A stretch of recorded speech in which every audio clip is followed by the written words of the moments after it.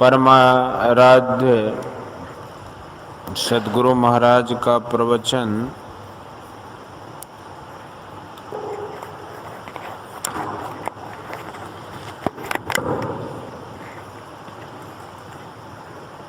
महर्षि में ही सत्संग सुधा सागर से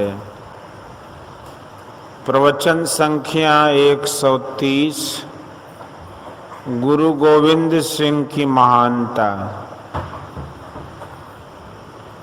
धर्मानुरागिनी प्यारी जनता, मेरे कहने का विषय ईश्वर भक्ति है। ईश्वर भक्ति के लिए पहले ईश्वर का स्वरूप जानना चाहिए। ईश्वर स्वरूप को जाने बिना आप उसी तरह चलिएगा जिस तरह किसी को निर्दिष्ट स्थान मालूम नहीं है और वह चलता हो। ईश्वर का स्वरूप इंद्रिय ज्ञान से परे है। इंद्रिय ज्ञान में जो आते हैं वे किसी न किसी तरह नाशवान है। गो गोचर जहाँ लगी मन जाई, सो सब माया जानो भाई। इंद्रियों को जो कुछ प्रत्यक्ष है सब माया है।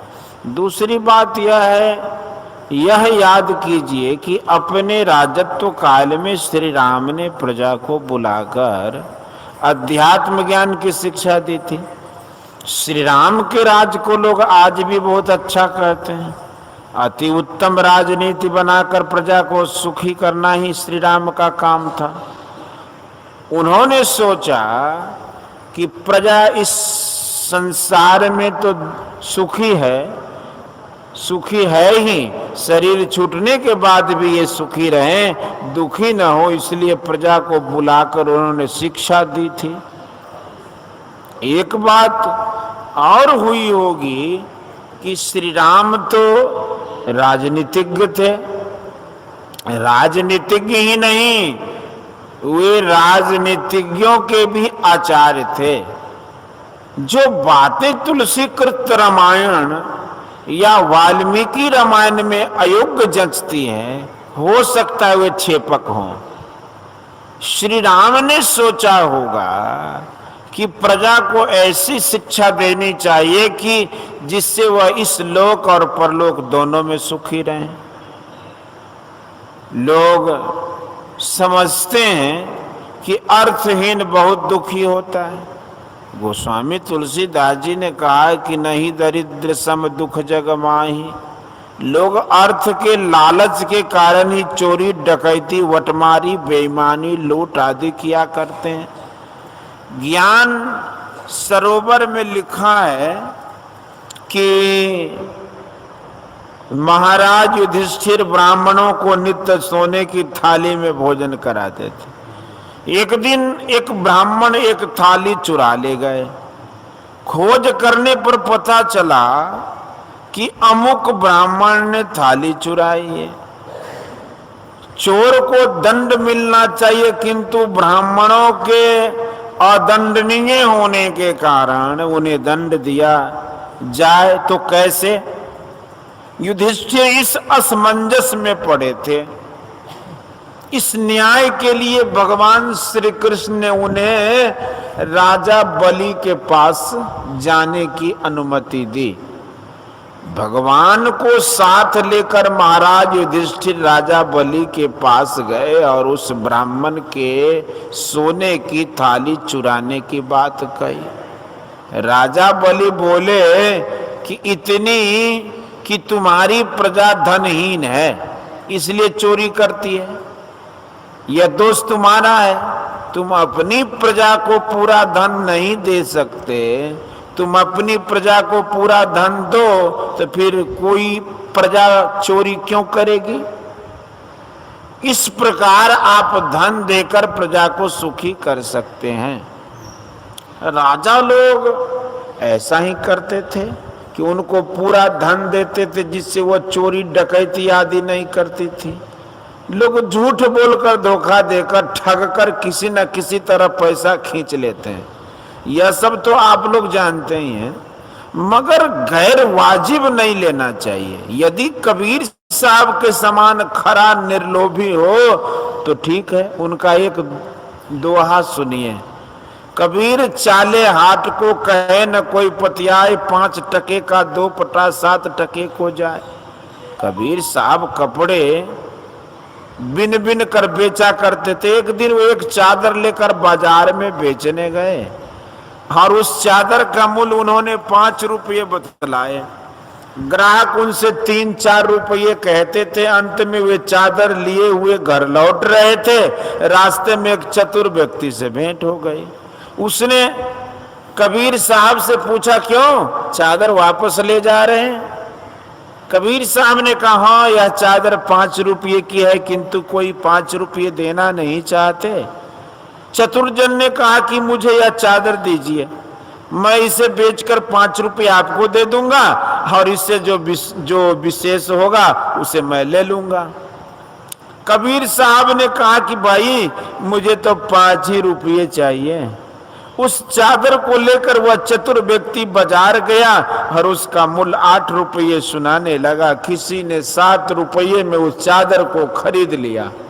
उस चतुर जन ने 5 रुपये तो कबीर साहब को दिए और 2 रुपये खुद रख लिया। इस तरह यदि कोई कबीर साहब के समान सबरदार और संतोषी है तो उसका भी गुजर बसर हो जाता है और जनता की निगाह में वह प्रतिष्ठा का पात्र भी समझा जाता है। किंतु ऐसे आदमी कम होते हैं। लालची की आंख संसार भर की दौलत से उसी तरह नहीं भरती जिस तरह ओस से कुआं नहीं भरता। अनैतिकता से धन कमाना ठीक नहीं है। चोर डकैत तो पहले यहीं पर पीटे जाते हैं और कचहरी में सजा पाते हैं। यहाँ सांसारिक सुखों में ऐसी ही बात होती है। धन अर्जन, सांसारिक प्रबंध, राजनीति के साथ आध्यात्मिकता और आध्यात्मिक ज्ञान का रूहानियत चैतन्यता व इल्मे रूहानी कर दो। जब इखलाकशील का सदाचार ऊंचा होगा, वह सदाचार ऊंचा होगा, तब आत्मज्ञान में ऊंची गति यानी रूहानी तरक्की होगी। संसार में सदा चरण में बरतते हुए परलोक में भी ठीक ठीक कुशल से रहा जाएगा। विषयी सदाचरण में बरतकर आत्मोन्नति पथ में चल नहीं सकता। इसी से तुलसी कृत रामायण में श्री राम का उपदेश है कि यही तन कर फल विषय न भाई, स्वर्ग स्वल्प अंत दुखदाई, नर्तन पाई विषय मन देही, पलट सुधाते 60 बिसले।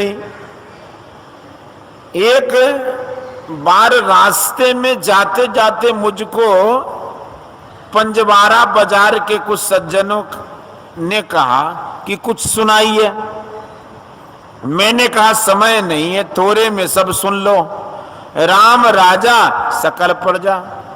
राम व्यक्त रूप में इस धरातल पर नहीं है, किंतु वे अव्यक्त रूप में है ही। राजा का वचन मानोगे तो सुखी रहोगे, नहीं तो दुखी रहोगे। वह वचन यह है कि यही तन कर फल विषय न भाई, स्वर्ग स्वल्प अंत दुखदाई। स्वर्ग में भी सभी बराबर दुखी सुखी नहीं रहते, कोई अल्प और कोई विशेष सुखी रहते हैं। श्री राम कहते हैं कि वहां भी सुख थोड़ा ही है और अंत में वह दुख देने वाला। श्री राम प्रजा को विषय से विमुख करते हैं, विषय से दूसरी ओर ले जाते हैं। इल्मे विद्या रूहानी चैतन्य की ओर ले जाने के लिए उन्होंने नसीहत शिक्षा दी कि जो हवास इंद्रियां में आने योग्य चीजें हैं उनको छोड़ो। परवरदिगार को जानना चाहते हो तो हवास के इल्म इंद्रिय ज्ञान से आगे जाओ। विषय कितने हैं? रूप रस गंध स्पर्श और शब्द, ये 5 हैं।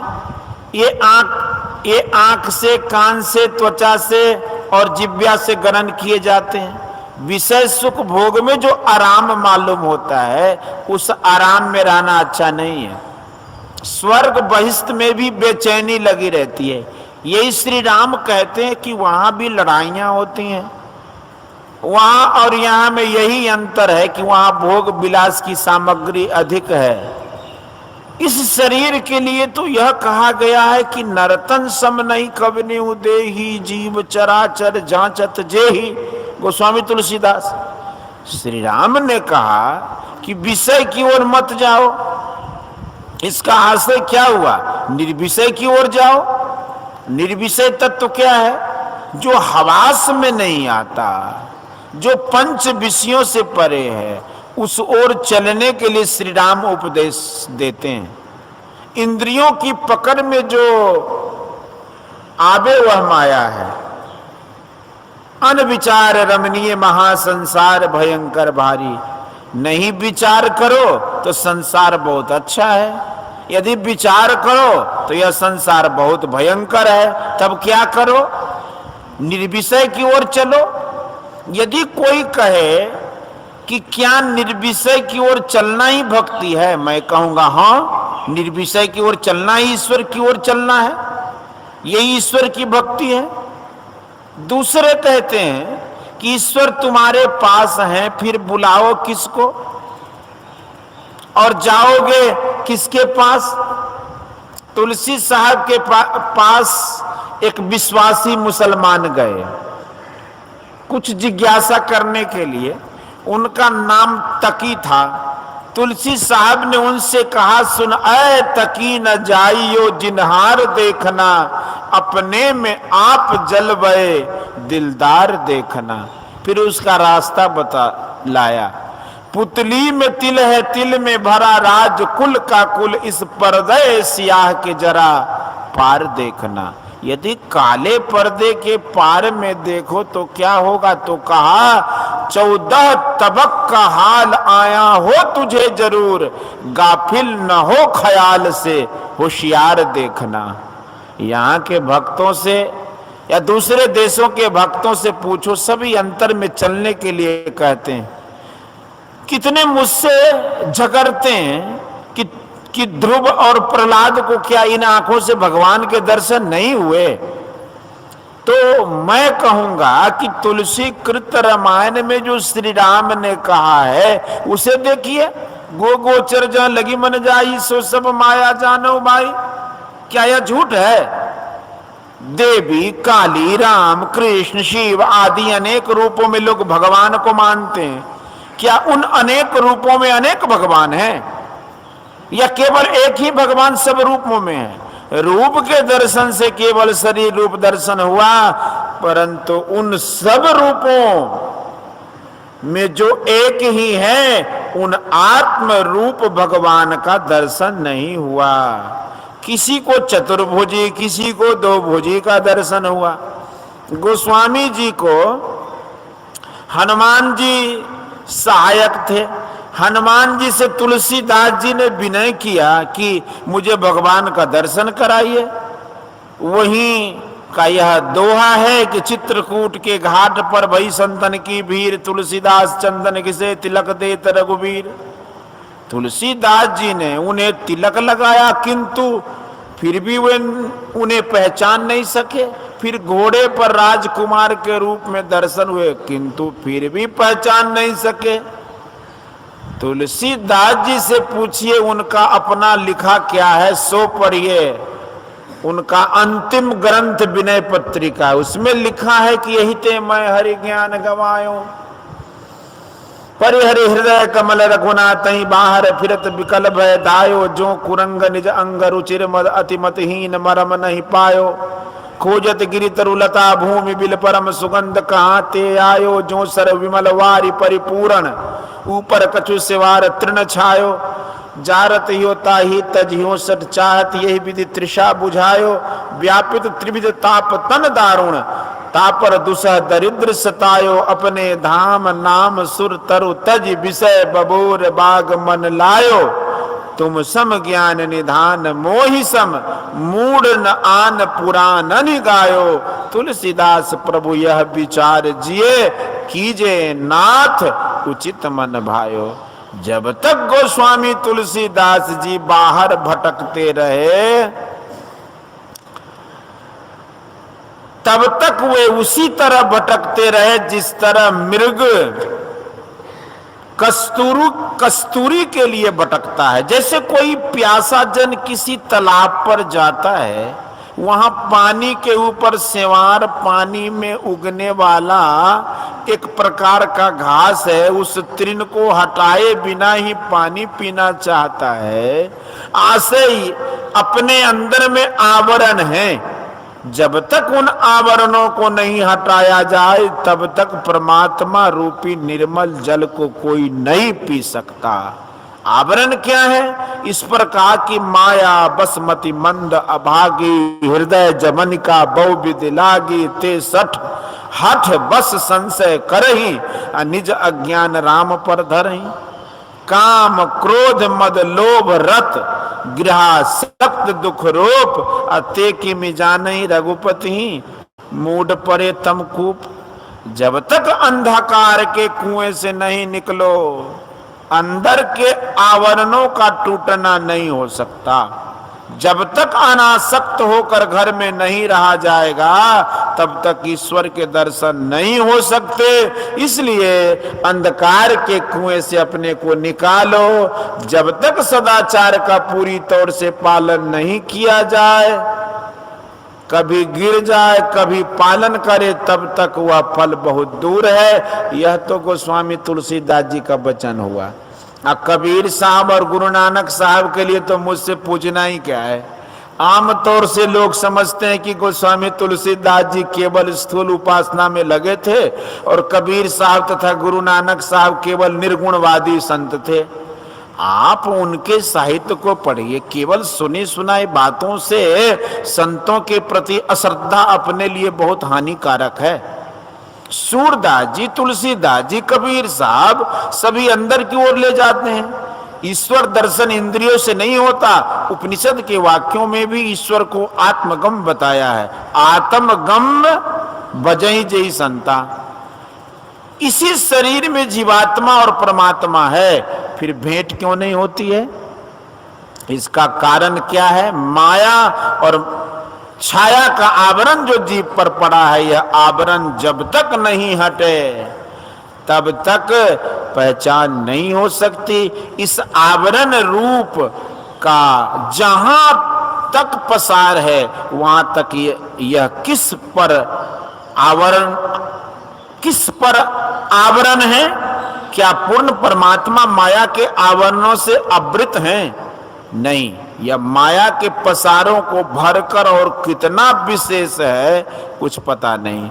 उसका अंश रूप ही ढका है, पूर्ण रूप ही नहीं, पूर्ण रूप नहीं। यह अंश टूटा हुआ नहीं, बल्कि महदाकाश का अंश मठाकाश जैसे एक ही आकाश ऊपर से नीचे तक फैला हुआ है, यह आपके शरीर रूप आवरण के अंदर भी है। उसी तरह परमात्मा आपके अंदर है, किंतु आप उसका दर्शन नहीं कर सकते, क्योंकि आप इंद्रियों के द्वारा ही कुछ जानते हैं और आपकी इंद्रियां स्थूल हैं।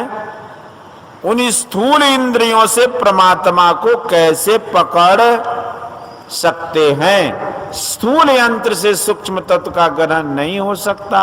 परमात्मा अनादि अनंत असीम है। जो पदार्थ जितना व्यापक होता है वह उतना ही विशेष सूक्ष्म होता है। बर्फ पानी और वाष्पिक उपमा से बोध कीजिए, जो अनादि अनंत तत्व है वह सबसे विशेष सूक्ष्म है। जो सबसे विशेष सूक्ष्म होगा वह सब में घुस सकता है। उन सूक्ष्माति सूक्ष्म पदार्थ को स्थूल हाथ से नहीं पकड़ सकते। इसलिए वेदों में आया है कि परमात्मा इंद्रियातीत है, वह चेतन आत्मा के ज्ञान में आने योग्य है। वह पकड़ा क्यों नहीं जाता? कबीर साहब के ने कहा है कि सूरत फंसी संसार में ताते पड़ेगा दूर,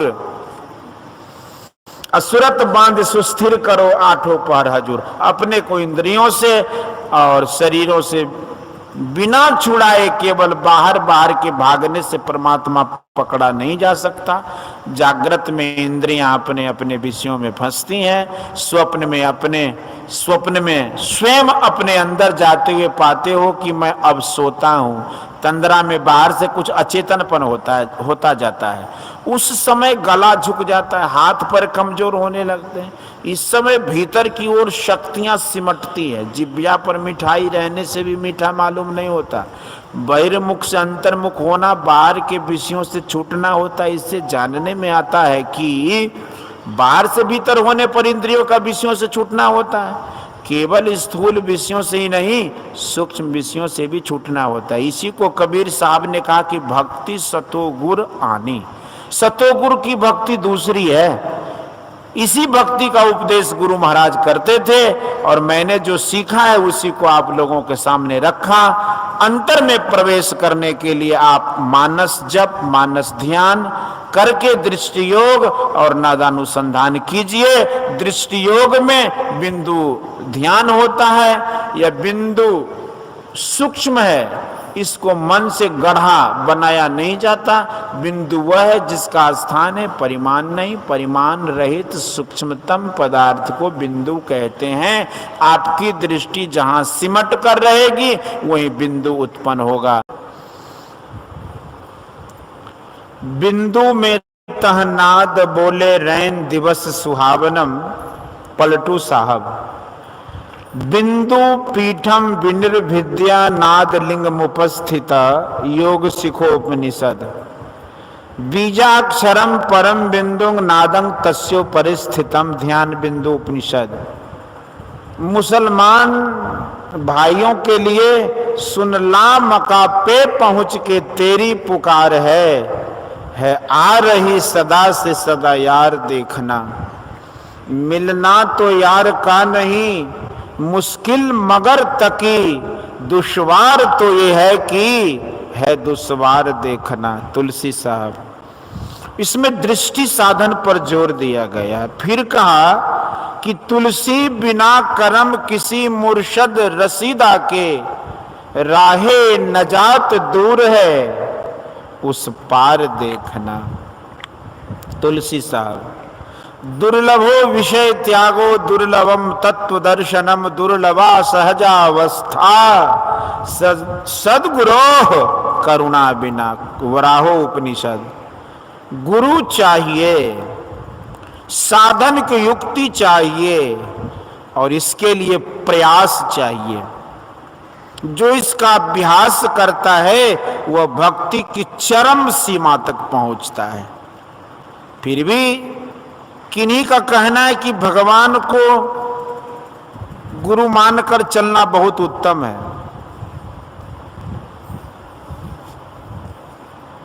श्री रामचरितमानस में भगवान श्री राम ने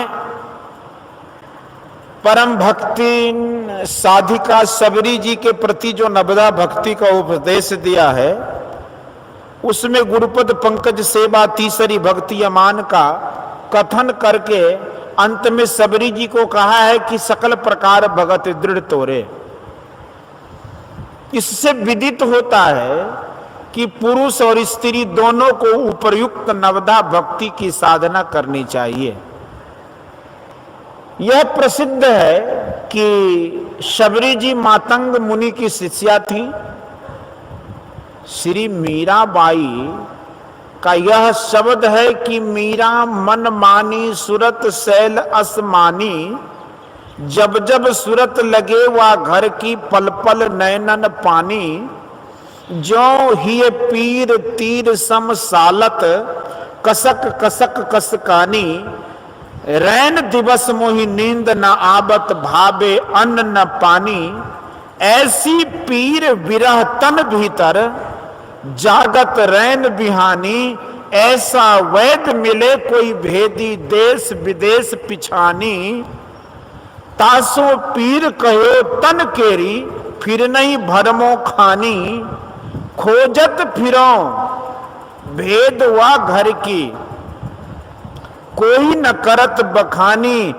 रैदास संत मिले मोहि सतगुरु, दीना सुरत सहदानी। मैं मिली जाए पाए पिय अपना, तब मोरी पीर बुझानी।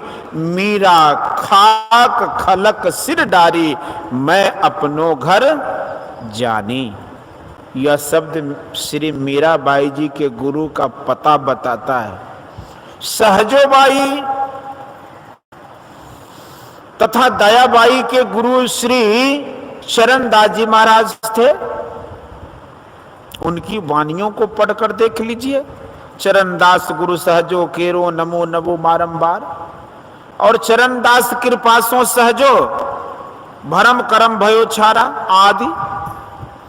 शिक्षा और दीक्षा सबको चाहिए, किंतु कान फूंकना कोई दीक्षा नहीं है, और न अध्यात्म पथ में इसका कोई अर्थ है। भक्ति सिस्टर निवेदिता श्री स्वामी विवेकानंद जी की शिष्या थी। श्री समर्थ राम दास जी महाराज छत्रपति शिवाजी राव के गुरु की भी शिष्याएं थीं। भगवान बुद्ध और कबीर साहब आदि संतों की भी शिष्याएं थीं, जिससे विदित होता है कि स्त्रियों के वास्ते पति सेवा और पाति व्रत धर्म पालन के सहित अध्यात्म धर्म मोक्ष धर्म के पथ में योग्य गुरु से शिक्षा और दीक्षा ग्रहण करने की आवश्यकता अनिवार्य रूप से है। तभी तो भक्तवर श्री दयाल जय दयाल गोयंदका महाराज जी अपने परमार्थ पत्रावली में गुरु मंत्र जपने कहते हैं, और पुरुषों तथा महिलाओं के समाज में भी बैठकर उन्हें शिक्षा देते हैं। जब भगवान श्री राम स्त्री पुरुष सभी के लिए गुरु सेवा की विधि त्रेता युग के प्राचीन काल में ही दे गए हैं, तब संतों का स्त्रियों को शिक्षा दीक्षा देकर गुरु बनाना भगवान के उपदेश के अनुकूल ही है और युक्ति संगत भी है। यदि स्त्री के पति स्वयं ही योगी वर भूपेंद्रनाथ सन्याल के सदृश अध्यात्म पथ के पथिक हो, तो स्त्री अपने पति के द्वारा ही वह पथ पा सकती है। उसको दूसरे गुरु की आवश्यकता नहीं है, क्योंकि जो विद्या और गुण जिनको हो उनके द्वारा उनकी विद्या और गुण दूसरे को मिले, यह पूर्ण संभव है। परंतु इसके विरुद्ध अर्थात जो विद्या और गुण जिनमें नहीं हो, वह विद्या और गुण उनके द्वारा किसी को मिले, असंभव है।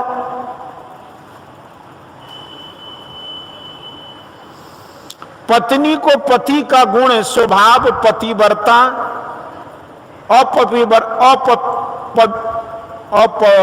पवित्रता का ज्ञान भली भांति अवश्य होता है।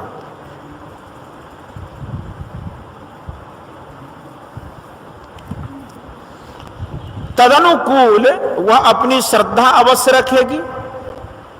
इसके अतिरिक्त किसी दबाव से उसकी श्रद्धा अपने पति में हो, यह संभव नहीं जचता। किसी भी अध्यात्म पथ के गुरु में पवित्रता, ज्ञान और कर्म के कारण ही उनमें श्रद्धा हो सकती है। नहीं तो गुरु शिष्य अंध बधिर कर लेखा, एक न सुनई एक नहीं देखा, हरई शिष्य धन शोक न हरई, असो गुरु घोर न रखमा परई। रामचरितमानस। गर्वित कार्य अकार्य नहीं जानत चलत कुपंथ, ऐसे गुरु कह त्यागिए यही कहत शुभ ग्रंथ महाभारत।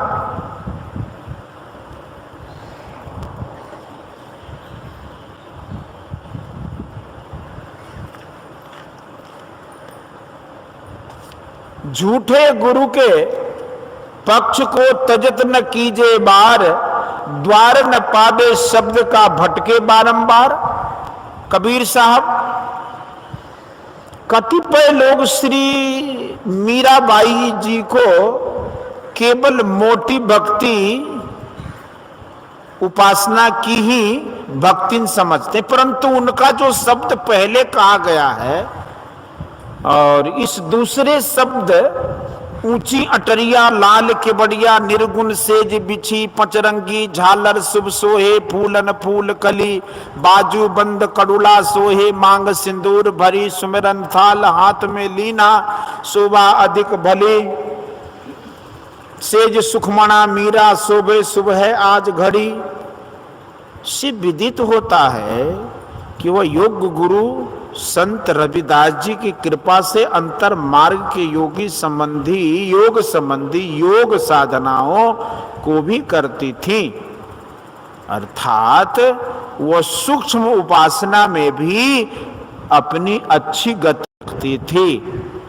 यह नहीं कि वह केवल पति की ही उपासना किया करती थी। अध्यात्म पथ में पुरुष और स्त्री सबको बराबर अधिकार है। स्त्रियों में भी योग्यता विशेष की साधिकाएं हुई हैं और अब भी जहां तहां हैं। श्री रामकृष्ण परमहंस देव को तांत्रिक शिक्षा दीक्षा एक भैरवी ब्राह्मणी से मिली थी, यह प्रसिद्ध है। तंत्र शास्त्र में स्त्रियों के लिए पति के अतिरिक्त शुद्ध आचरणी अध्यात्म पद के दाता योग गुरु से शिक्षा दीक्षा प्राप्त करने की विधि तो है ही, और तुलसी कृत रामायण के अनुकूल श्री राम का भी यही उपदेश है। गोस्वामी तुलसीदास जी महाराज तो यहां तक कहते हैं कि बिनु गुरु भवनिधि तरई न कोई जो बिरंची शंकर सम होई। महारानी द्रौपदी के वस्त्र हरण के समय उनकी करुण पुकार पर भगवान श्री कृष्ण की कृपा से उनका वस्त्र बढ़ा था, लोगों में यह विख्यात है। इसी हेतु उन्हें भी बहुत लोग भक्तिन मानते हैं। महाभारत आदि पर्व के पढ़ने से विदित होता है कि पति हेतु उन्होंने कई जन्मों तक तपस्या की थी।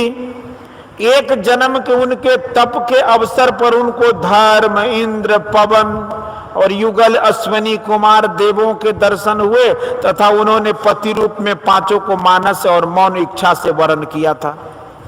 उन पांचों ने उनकी इच्छा पूर्ण करने का वरदान दिया था। पांडवों ने जब द्रौपदी के पिता द्रुपद राजा के सामने हम पांचों भाई द्रौपदी से विवाह करेंगे यह कहा था, तब राजा द्रुपद और उसके पुत्र धृष्टद्युम्न ने मिलकर इसका प्रतिवाद किया था। द्रौपदी ने भी इसका प्रतिवाद किया था। ऐसा महाभारत में कहीं भी लिखा नहीं है। महाभारत के वन पर्व में लिखा है कि अपने पांचों पतियों और भगवान श्री कृष्ण के उपस्थिति में द्रौपदी ने अपने मन की सच्ची बात नहीं बतलाई, झूठ बात कह दी थी। जब अर्जुन ने उसे प्राण दंड देने की धमकी दी तब उसने अपने दिल की सच्ची बातें कही थी। वह अपने मन में वीर कर्ण को भी पति रूप में पा जाती, यह स्मरण करती रहती थी। इस गोपनीय विषय को जानकर वीरवर भीमसेन ने उसको बहुत डांटा और उसकी बड़ी भर्त्सना भी की थी। महाभारत के स्वर्गारोहण पर्व में लिखा है कि पांडवों के महाप्रस्थान के समय वह भी पांचों भाई पांडवों के साथ साथ चलती थी। वह उन सब के पीछे पीछे चलती थी। उस पहाड़ी यात्रा में पहले द्रौपदी गिरकर परलोक सिधार गई। उस समय भीम ने युधिष्ठिर से पूछा कि यह इस तरह क्यों गिर गई। युधिष्ठिर ने उत्तर दिया कि यद्यपि हम पांचों भाई द्रौपदी के लिए समान थे, परंतु यह अर्जुन का पक्षपात बहुत करती थी। इसलिए वह इस तरह गिर गई। परलोक में उन्हें नरक की यातना देखनी पड़ी, फिर वह स्वर्ग की लक्ष्मी होकर विराजी। द्रौपदी के विषय में उपर्युक्त बातों की जानकारी के बाद विद्वान एवं बुद्धिमान स्वयं विचारें कि द्रौपदी की पातिव्रत विषयक एवं परमात्म भक्ति विषयक योग्यता उसमें कितनी और कैसी थी, तथा अन्य स्त्रियों को इसका अनुकरण करना चाहिए या नहीं। रामचरितमानस में श्री अनुसुईया देवी ने श्री सीता जी को पातिव्रत धर्म की शिक्षा इस प्रकार दी थी। जगपति व्रताचार विधि अहि, वेद पुराण संत सब कहहि, उत्तम के अस बस मन माही, सपने हूँ आन पुरुष जग नाही। मध्यम परपति देखहि कैसे, भ्राता पिता पुत्र निज जैसे, धर्म विचार समुझ कुल रही, सो निकृष्ट तिय श्रुति अस कहई, बिनु अवसर भय ते रह जोई, जाने अधम नारी जग सोई।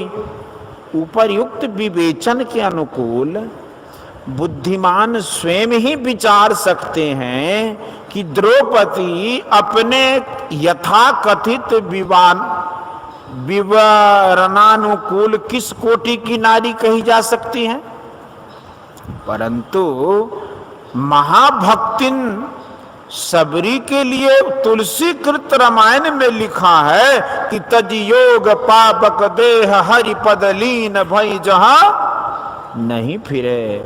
उपर्युक्त साधिकाओं के कथित कर्मों से लोग इनकी विशेषताओं को समझ सकते हैं और निर्णय कर सकते हैं कि भक्ति पथ में स्त्रियों और पुरुषों को किस प्रकार चलना चाहिए। स्त्रियों के लिए जिस प्रकार पातिव्रत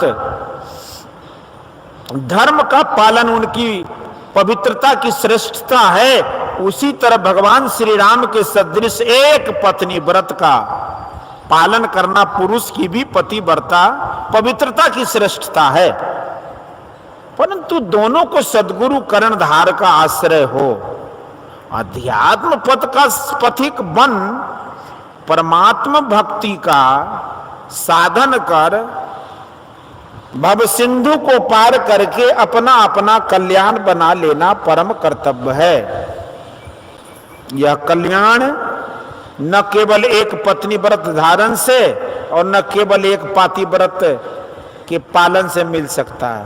इन व्रतियों के अनुसार अपने अपने व्रतों के सहित कही गई रीति से परमात्मा भक्ति अवश्य करनी चाहिए।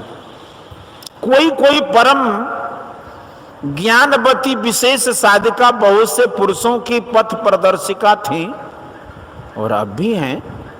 उन पर उनके शिष्यगण धर्म मातृभाव श्रद्धा पूर्वक रखकर उनके आश्रित रहते हैं। उसी तरह पतिव्रता स्त्रियां भी अपने सदगुरु पर धर्म पिता का भाव रखकर उनके आश्रित रह परमात्मा भक्ति का साधन करती हैं।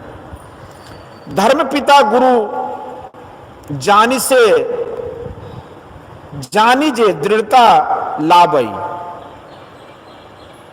चरणदास जी, जैसे किसी स्त्री के पिता ज्येष्ठ भ्राता और ससुर उसके लिए पर पुरुष तो है ही, परंतु वे उसके लिए गुरुजन भी हैं। वैसे ही सदगुरु भी उनके लिए गुरुजन ही है। पिता ज्येष्ठ भ्राता और ससुर आदि के निकट संबंधी गुरुजनों से संभाषण और सदुपदेश आदि ग्रहण करने से उनकी समयोचित सेवा से स्त्रियों के सती धर्म पालन में हानि नहीं होती। उसी तरह सदगुरु से ज्ञान लाभ हेतु संभाषण से तथा उनकी समयोचित सेवा से स्त्रियों के सती धर्म पालन में हानि नहीं होती। पांडवों की माता कुंती देवी ने दुर्वासा मुनि के अधिक दिनों तक बड़ी सेवा की थी। दुर्वासा मुनि ने कुंती देवी जी को उस मंत्र की दीक्षा दी थी जिससे वह देवताओं को अपने पास बुला सकती थी, किंतु दूषित बुद्धि वालों के लिए तो पवित्र और उच्च संबंध भी नीच भाव उपजे और तदनुकूल वे कर्म करे, इसमें आश्चर्य ही क्या है। गुरुडम जैसा किसी को सदोष झलकता है, उपदेशक डम और प्रचारक डम भी वैसे ही सदोष झलकना चाहिए, परंतु सद शिक्षा और सद दीक्षा का प्रचार अनिवार्य है, नहीं तो संसार की बड़ी भारी हानि होगी। इसी तरह असद शिक्षा और असद दीक्षा के प्रचार का भी पूर्ण निवारण अत्यंत वांछनीय है, नहीं तो इससे भी संसार की बड़ी हानि होगी। इसके लिए सदाचार का पालन करो। सदाचार पालन के लिए पंच पापों झूठ, चोरी, नशा, हिंसा और व्यभिचार से बचो। हिंसा 2 प्रकार की होती है, वार्य और अनिवार्य। श्वास लेने, खेती करने और अपना राज्य बचाने के लिए युद्ध करने में हिंसा होती है, वह अनिवार्य हिंसा है। गुरु गोविंद सिंह गुरु भी और हथियार रखने वाले भी थे, वे उदार भी बहुत थे।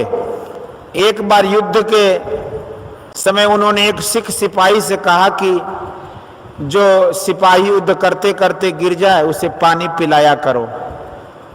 सिख ने उस आज्ञा को सिरोधार कर गिरे हुए सिपाही को पानी पिलाना शुरू किया, यहां तक कि वह शत्रु पक्ष के गिरे सिपाहियों को भी पानी पिलाता था। किसी दूसरे सिपाही ने कहा कि ऐ सिख, यह क्या कर रहा है? दुश्मन को पानी क्यों पिलाता है? सिख ने उत्तर दिया, मैं अपना काम कर रहा हूं, तू अपना काम कर। सिपाही ने गुरु गोविंद सिंह से जाकर यह बात कही और कहा कि पानी पीकर दुश्मन स्वस्थ होकर फिर इससे हमसे युद्ध करने लगता है। गुरु गोविंद सिंह ने उस सिख को बुलाकर पूछा, क्या तुम ठीक ही दुश्मनों के गिरे सिपाहियों को भी पानी पिलाते हो?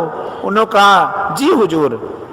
गुरु गोविंद सिंह जी ने कहा, ऐसा क्यों करते हो? सिपाही ने कहा, हुजूर ने ही तो कहा कि गिरे सिपाहियों को पानी पिलाया करो। हुजूर, जब तक वह लड़ता है तब तक वह मेरा दुश्मन है, किंतु जब वह गिर गया तब वह दुश्मन कहां रहा? गुरु गोविंद सिंह ने उसकी पीठ ठोकते हुए कहा, तू पानी पिलाया कर, तेरा विचार बड़ा पवित्र है। एक बार सिख सिपाहीगण दुश्मनों की कुछ स्त्रियों को कैद कर ले आए। गुरु गोविंद सिंह जी को जब यह बात मालूम हुआ तो बहुत बिगड़े और बोले, तुमको किसने सिखलाया कि दुश्मनों की स्त्रियों को कैद करो? सिखों ने कहा कि दुश्मन तो ऐसा करते हैं। गुरु गोविंद सिंह जी ने कहा कि दुश्मन यदि पाप करे तो हम भी पाप करें, जाओ इन सब स्त्रियों को अच्छी तरह उनके घर पहुंचा दो। और फिर उन्होंने सख्त हिदायत कर दी कि आइंदे कभी ऐसा काम मत करना। सिखों ने उन स्त्रियों को उनके घर पहुंचा दिया। इस प्रकार इनके संबंध में और ऐसी कितनी घटनाएं हैं। गुरु गोविंद सिंह जी गुरु नानक देव जी की गद्दी के 10वें गुरु थे। शरण में आए कि रक्षा करनी, स्त्रियों पर हाथ नहीं उठाना, कैद स्त्रियों को छुड़ाना आदि इनके काम थे। हाँ, तो मैं हिंसा के विषय पर कह रहा था। संतमत नामर्द नहीं बनाता। चोर डकैत आवे उस पर वार करो, दुश्मन चढ़ आवे तो उससे युद्ध करो, यह अनिवार्य हिंसा है। किंतु जिहुआ के लालच के लिए मांस खाओ, निशाना ठीक करने के लिए चिड़िया मारो, यह ठीक नहीं है। प्रत्येक भोजन अपना अपना गुण रखता है। बकरे, पशु, पक्षी आदि सभी के देह में गुण अलग अलग होते हैं।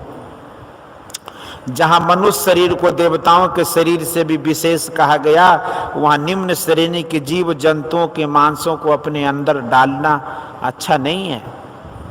निम्न श्रेणियों के जीव जंतुओं का मांस खाने से तुम्हारी बुद्धि दूषित हो जाएगी, उससे भजन नहीं बन सकता।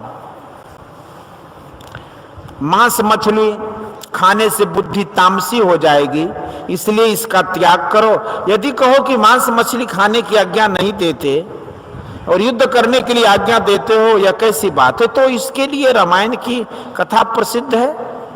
रावण के दल में सभी महिष खाई और मदिरा पाना वाले थे, और श्री राम के दल में साग सब्जी और पत्ते खाने वाले दोनों में लड़ाई होने पर शाक सब्जी खाने वाले ही जीत गए। हाल में महात्मा गांधी जी और अंग्रेज की उपमा से भी जानिए, मस्तिष्क का बल देखिए।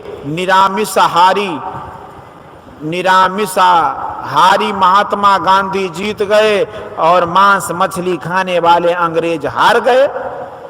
कितने गुरु ढीले होते हैं, कितने गुरु ढीले होते हैं। वे कहते हैं कि मांस मछली खाना धीरे धीरे आप ही छोड़ देंगे। तो मैं कहता हूं कि भाई, जो मांस मछली खाना चाहो तो उनके पास जाओ, किंतु मेरी रुचि इसमें नहीं है, और न मेरे गुरु महाराज की आज्ञा है कि मांस मछली खाया जाए। मांस मछली और सभी प्रकार के मदों को छोड़ो। मद तो बहुतक भांति का ताहि न जाने कोई, तन मद मन मद जाति मद माया मद सब लोय, विद्या और गुनहु मद राज मद उन्मद, इतने मद को रद्द करे तब पावे अनहद। कबीर साहब, भक्ति भी इस प्रकार का संयम होना चाहिए। यह तो निषेध हुआ, अब विधि वचन सुनो, क्योंकि विधि निषेध में कलिमल हरणी कर्म कथा रविनंदनी बरनी।